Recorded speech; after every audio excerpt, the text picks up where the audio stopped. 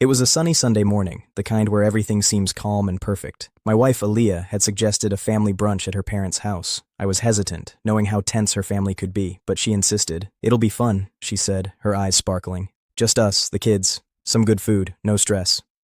I should have known better. We arrived mid-morning. Her parents greeted us warmly, as always, but there was an undercurrent of tension. A subtle hierarchy in the way they treated me. The cousins, aunts, and uncles filtered in, and Aaliyah's friends joined as well. It was a crowded house, but I tried to stay relaxed. The brunch began with polite chatter, light jokes, and the smell of fresh pancakes and baked goods filling the air. I thought things might actually go smoothly. Then came the laugh. It started small, almost unnoticed. Aaliyah was talking to her childhood friend, Sahar, about a recent girls' trip. She mentioned something about how clueless my husband is sometimes, and a few laughs followed. At first, I ignored it, thinking it was harmless teasing. But then it grew. The tone shifted, sharp and mocking. I mean, he actually thought he could handle this on his own, the poor guy.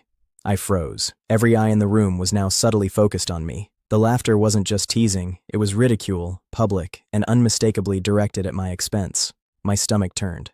My wife, the person who was supposed to have my back, wasn't laughing with me, she was laughing at me. I felt a wave of disbelief, hurt, and rage, but I didn't react immediately. I wanted to see how far this would go, and it did. One by one, other members of the family joined in, recounting small stories where I had supposedly failed or looked silly. Every word, every chuckle, was a knife twisting in the years of trust and respect I had placed in these people. The children, confused, clung to me, sensing the tension. I could see Aaliyah glancing at me, expecting me to play along, to laugh, to show I was in on the joke. But I didn't. I simply sat quietly, expression neutral, letting the laughter wash over me. The more they laughed, the more silence I maintained, the heavier the tension became. Finally, when the room had reached a peak of chaotic mockery, I stood up slowly, every movement deliberate. All eyes turned to me, expecting perhaps a comeback, an apology, a jovial response.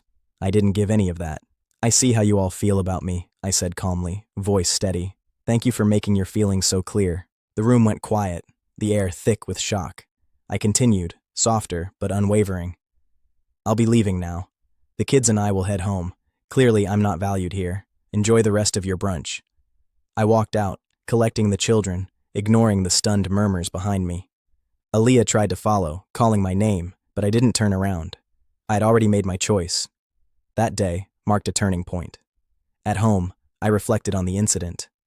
Aaliyah's laughter, so casual, yet so cruel, revealed her true feelings and the alliances she had formed against me. It wasn't just her friends or family mocking me. It was a sign that my position in her life, in her world, had shifted. I began to act differently. I stopped seeking her approval, stopped engaging in conversations where I knew I would be belittled, and focused on building my own circle of respect and trust outside her family. I documented everything, the incident, previous instances, subtle manipulations, because I realized this was more than humiliation, it was a pattern. Weeks later, when I confronted Aaliyah privately, she tried to downplay it, calling it just a joke. I shook my head. "No," I said firmly. "It wasn't a joke. It was disrespect, public humiliation, and a clear signal of where I stand in this family and in your priorities. I won't tolerate it." From that day on, our dynamic changed. I became indifferent to her attempts to manipulate or belittle me, calmly maintaining boundaries and protecting my dignity. The laughter that had once cut me like a knife no longer held power over me. The brunch was meant to be harmless, a casual family gathering, but it ended up revealing the truth about alliances, respect, and control. And the laugh that had humiliated me so publicly became the catalyst for reclaiming my self-respect. Sometimes, the smallest moment, one laugh, one gesture, can show the truth more clearly than years of subtle tension ever could. And in that clarity, I found strength, calm, and a renewed sense of purpose.